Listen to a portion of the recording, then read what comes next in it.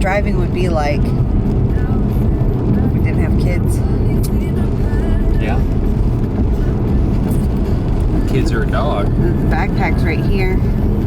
Oh, hey, yeah, we need something out of the backpack. Oh, no problem. Oh. We don't have to stop. Oh, it's right there. The cooler. We don't have to find an area with 60 plus feet of stopping area for us. Oh, we can just pull off. Oh, look at that. That looks cute. Maybe we'll just stop and look at that for a second. We don't have to yell at anybody to stay in their seats. Christy, if I gotta talk to you one more time about being too quiet during this drive, I'm gonna lose my crap on you. Sorry, I'll be noisier now. Thank you.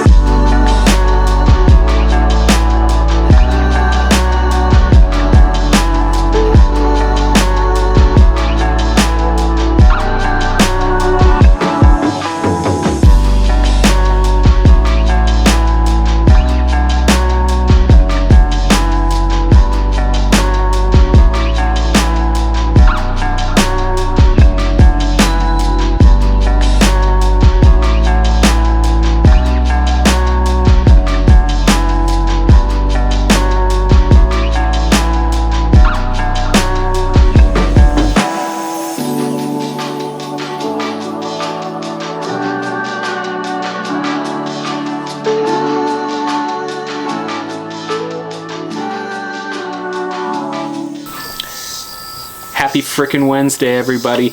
As you can see, we are still in Missouri because why not? It's nice here. It's great. We have family. It's a beautiful area.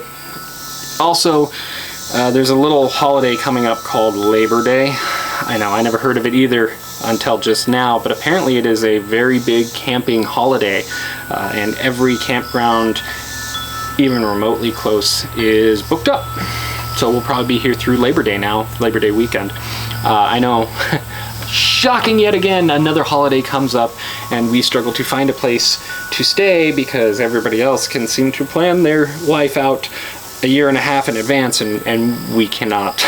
But, you know, we do our best and we do what we can. I'm actually super excited to make this video for you guys because we are doing it in a different way. We are storytellers now. This is what we do. And I feel like the old way of storytelling was getting a little dry and boring for people. It was certainly getting boring for me to edit videos. So here we are. We're going to have a new way of bringing a story to you guys, and I really hope you enjoy it. So let's get to it. Christy and I got the really rare chance to go on a date night for just her and I. No kids, no friends, no dog, just the two of us. It's actually been years since we've done that. Don't get me wrong, we have date nights, we go out and we do stuff. But we come home and you know, we have to go back to being mom and dad. Or we go out with friends and we don't really get chances to be just us. So it's been probably a good 4 years since we've gotten the chance to just go out, just the two of us. So we went out to Eureka Springs, Arkansas. I know, what's Eureka Springs, Arkansas? How did you even hear about it? Well, the first day we were here in Missouri, ironically enough, I got one of those silly things on my phone, a targeted ad, where it said, you know, here are the 10 best small towns to see in America.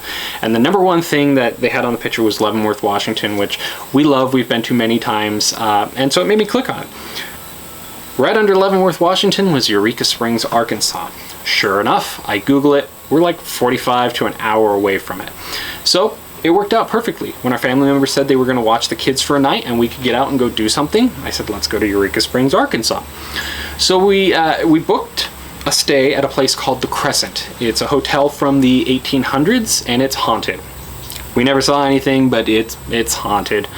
Take that for what you will. It was fun staying there. Very old hotel. Every floor was wavy. There was not a straight floor to it. If you look at it, it was just, I mean, it was crazy. All the staircases leaned in towards the center, and how this building has not fallen down is beyond me. But it was fun to stay at. It's at the top of a hill. I mean, the whole city is built on this weird hill. And it's a crazy little town because I'm actually really good at figuring out towns. Most of the places we go to, it drives Christy completely crazy because I have the grids figured out really quick and I can get my way around town really quick. But this one, no. These roads were just built at random, and they were built in the 1800s, and that's where the roads are and that's where they stay. So I have no idea how to get around that town. It was Google Maps and pure luck that we made it anywhere around there, but it was still a fun little town.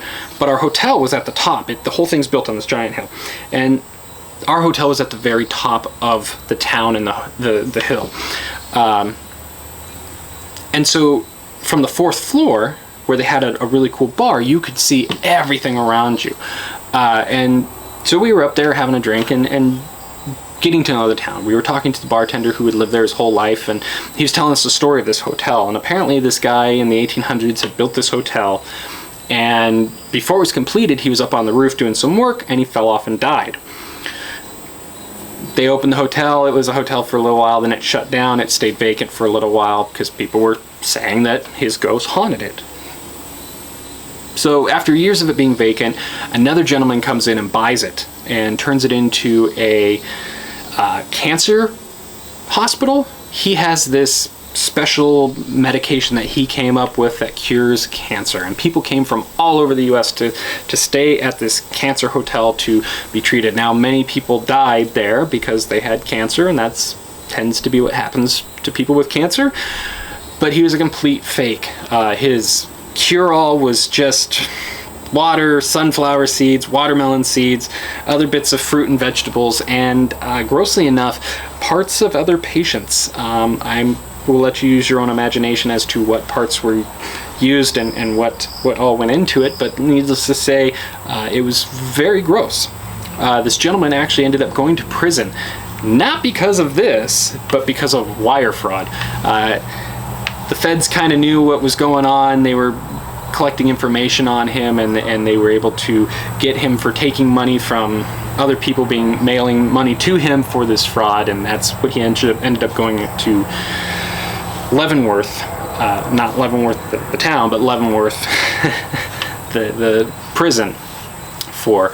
But before he was arrested and went to prison, he had a couple days warning that he was going to be arrested, and so he dug this giant pit on the side of the hotel and buried all the evidence, all the miracle cure-alls and all this and that. And it wasn't until 2019, just 2 years ago, that they were doing some work on the hotel, and they found this pit. They accidentally discovered it, and so now there's this glass thing over it, and it tells you the story about how this is where he dumped 500 bottles of this cure-all to try to hide the evidence. And it was weird because the hotel didn't even tell us about this. Christy and I were kind of just searching the grounds, and there was nothing stopping us from walking to the side where they stored all their equipment and all that, and that's where we found it. So if you're from the hotel or you have any affiliation with the hotel, start telling people about this. That was super cool, and the fact that you guys have it there means that you're not trying to hide it. So I mean, why wouldn't you tell people? That's crazy. So anyways, the hotel, or the cancer hospital, went away when this gentleman was arrested and exposed as a fraud, and it sat vacant for a little while again, and then another person bought it and turned it back into a hotel, and that's its current state now. Very cool. If you get a chance, go to it. It wasn't any more expensive than any other hotel, and you get quite a bit of entertainment out of it. So I'd suggest going to it. We had actually made a reservation at an escape room. That is kind of Christy's and my little thing. Whenever we can, especially when we're in new towns, we go to these escape rooms because they are just fun, plain and simple. And we're actually surprisingly really good at it. With Christy being so analytically driven and being able to read a question and read clues and stuff like that, she's really good at that end. I'm really good at the mechanical end, and when we go into these rooms, we split and we do our thing. She's reading her clue, she's doing her thing, I'm working the mechanical end of it, trying to figure out how the different things work, and we actually do really well. I think there's only been 1 or 2 times we didn't actually complete the escape room on our own, and this one was by far one of the best ones we've ever been to. The decorations were awesome, the puzzles were great, the props were amazing, the staff was just perfect. it was a bootlegger theme. So the town during Prohibition was actually a huge bootlegger area. Go figure. And the building that the escape room was in was actually a old speakeasy, there was a speakeasy down in the basement. So it made it even cooler that we were doing a, speakeasy themed escape room. And we escaped with a minute 30 left on the clock, which that's kind of pretty close, but still a win. This place was actually really cool because a lot of places they do, they'll give you hints in this, and then you just look at the camera or you say something and they give you the hint. But this place, they really made you work for it, or at least they humiliated you into it. You had to put a big L on your head and then go like that and wait for them to acknowledge you, admitting you were a loser and you needed help. So that was really fun. We only had to do that twice, so go us. After that, we left the escape room and most of the town was closed down, and Christy was like, well, it's only 9 o'clock, but there's really nothing to do, and I got the great idea. Let's go to a bar. It's interesting because we walked into the first bar that we saw that was open, and how do I put this nicely? It was a older couple swinger bar, or at least that's the vibe we got from it. It was very weird. We actually did a dramatic reenactment of us walking into this bar, so I'm going to play that here.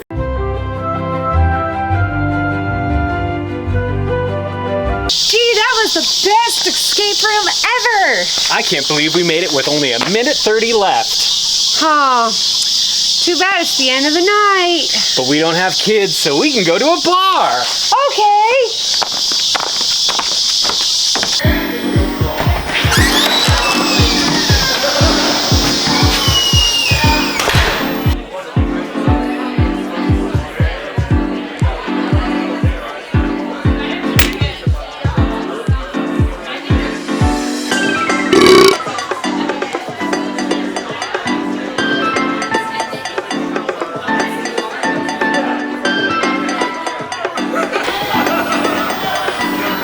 We have to go.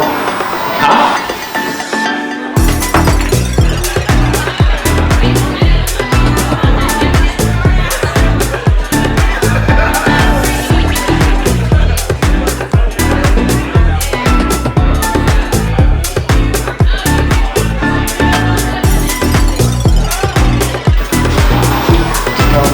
Now. What?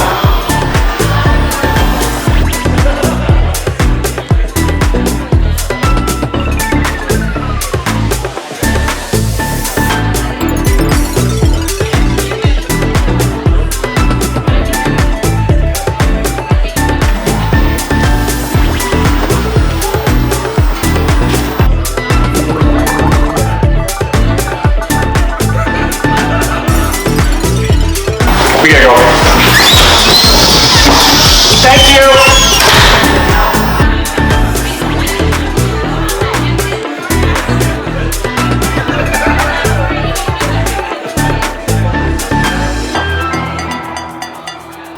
Now, just because that was a dramatic recreation does not mean it is not an accurate recreation.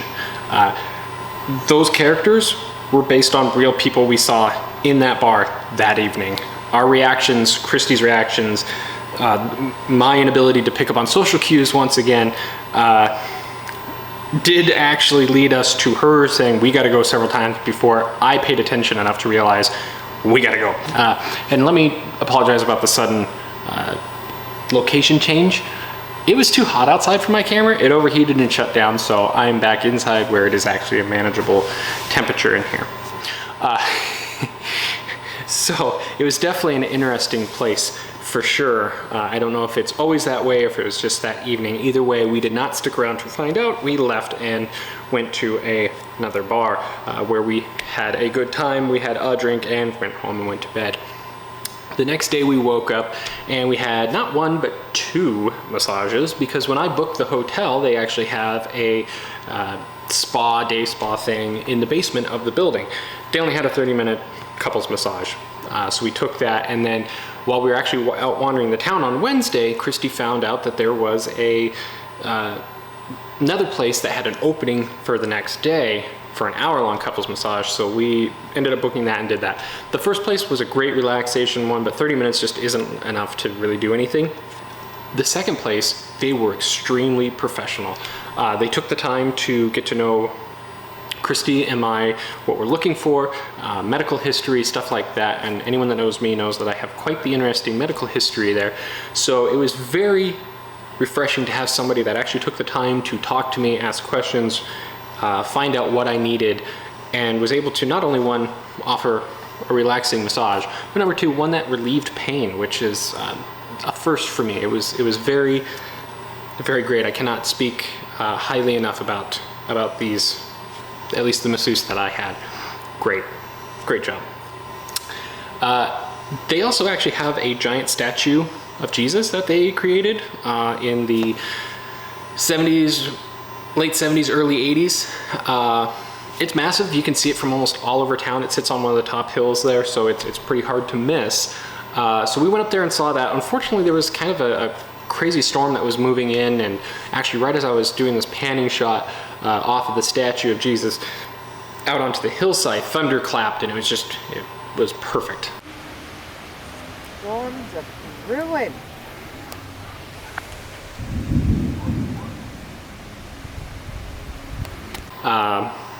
So we didn't stay long there. Also, we wanted to get back home, but on the way out of there, we did notice that the same place had a chunk of the Berlin Wall, of all places.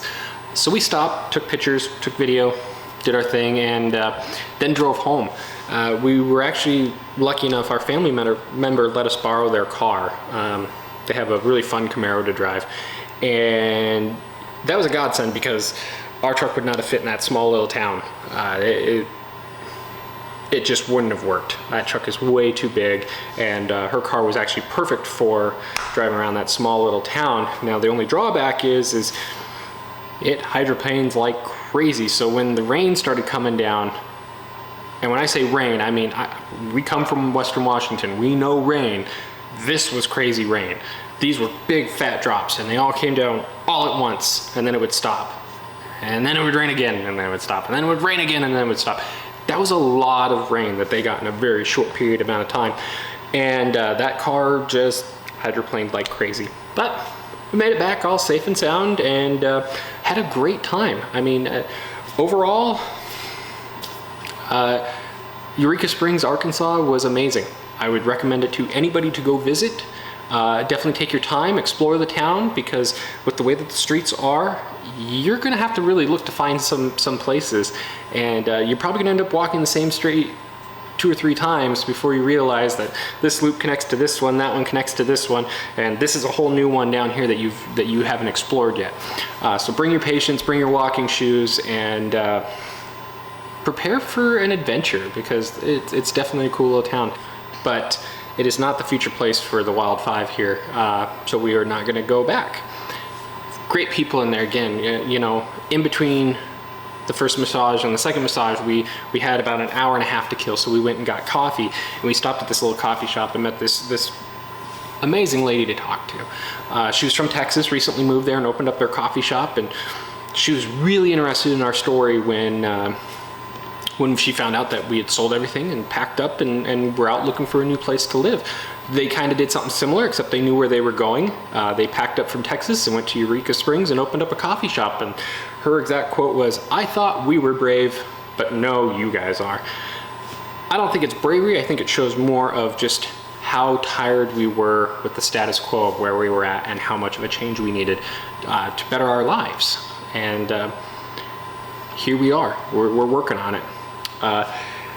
While we were there, you know, the lady did ask for a business card if we had one, and unfortunately we didn't at the time. We'd actually already started working on one. We were in the design phase and trying to get it off to printing. Unfortunately, we didn't have one for her at the time, but we do now. Christy worked really hard on this, and so did our family member. Christy actually designed the logo here, and our family member put it together with all our contact information and all that, and really just hit it out of the ballpark with these things. I am so excited to hand these out. Christy, like I said, Christy designed the logo here, and it was my idea to actually put the QR code for Facebook and YouTube on it, so when people get this, they can easily find us either way. So I'm really excited about that. I don't know if you're going to be able to actually read that or not, but we also have a website now too, which we are going to be updating and really working on that one as well. So we're really trying to step up our game here with our self-marketing and trying to get our name out there. So the only thing I'm going to ask from you guys from here on in the future, help us out by giving our thumbs up to our videos, liking our posts on Facebook, communicating with us. Tell us what you like, what you don't like. Did you like the video today? Did you like the dramatic reenactment?